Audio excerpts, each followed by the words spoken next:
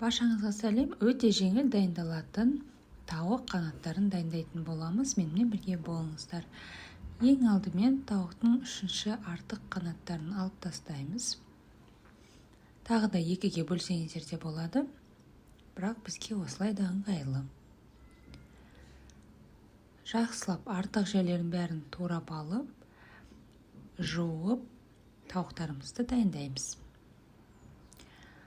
Бір жуамызды, картобымызды және сәбізімізді өз қалауларыңыз бойынша тураңыздар. Жуылған тауық қанаттарын противеньге салып, барлық көкөністерді салып, қалауларыңыз бойынша дәміне қарай тұз, қызыл, қара бұрыш сепсеңіздер болады. Маринадына қаймақ және томат пастасын қолдандым. Дайындап көріңіздер, сіздерге ұнайды деген ойдамын, өте дәмді болып шығады. 240 градуста 40-60 минут тауығымыз қызарғанша пісіріп аламыз.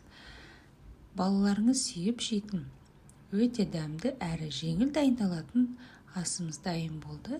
Астарыңыз дәмді болсын.